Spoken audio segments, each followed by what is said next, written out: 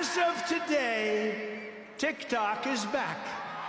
ፕሬዝዳንት ዶናልድ ትራምፕ ታዋቂው የማህበራዊ መተግበሪያ ቲክቶክ በአሜሪካ ስራውን እንዲቀጥል የሚያስችል አዲስ አስፈጻሚ ትዕዛዝ መፈረማቸውን ተከትሎ ሰኞ ጠዋት በቲክቶክ ገጻቸው ላይ ባስተላለፉት የቪዲዮ መልእክት ውለታ አለባችሁ ሲሉ ለወጣት ተጠቃሚዎች ተናግረዋል።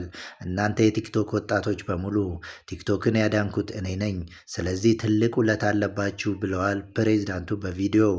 አክለውም አሁን እዚህ ኦቫል ቢሮ ውስጥ ሆኜ እያያችሁኝ ነው። ወደፊት እናንተ አንዱ በዚህ ወንበር ላይ ተቀምጦ ታላቅ ስራ እንደሚሰራ ተስፋ አደርጋለሁ ሲሉ መልእክታቸውን አስተላልፈዋል።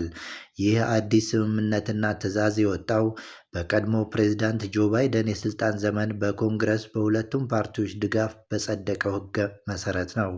ሕጉ የቲክቶክ እናት ኩባንያ የሆነው የቻይናው ባይት ዳንስ በአሜሪካ ያለውን ንብረት እንዲሸጥ፣ ይህን ካላደረገ ደግሞ መተግበሪያው በመላ አገሪቱ እንዲታገድ ይደነግግ ነበር። በመላ አገሪቱ እንዲታገድ ይደነግግ ነበር። የትራምፕ አስተዳደር የወሰደው እርምጃ ይህንን ለዓመታት የዘለቀውን ውዝግብ ያጠናቀቀ ነው።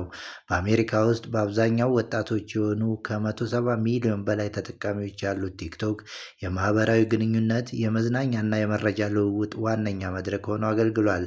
መተግበሪያው ከቻይና መንግስት ጋር ባለው ግንኙነት ምክንያት የተጠቃሚዎችን መረጃና ደህንነት፣ የውጭ ተጽዕኖን በተመለከተ የብሔራዊ ደህንነት ስጋት በመፍጠሩ ለረጅም ጊዜ ሲያነጋግር ቆይቷል።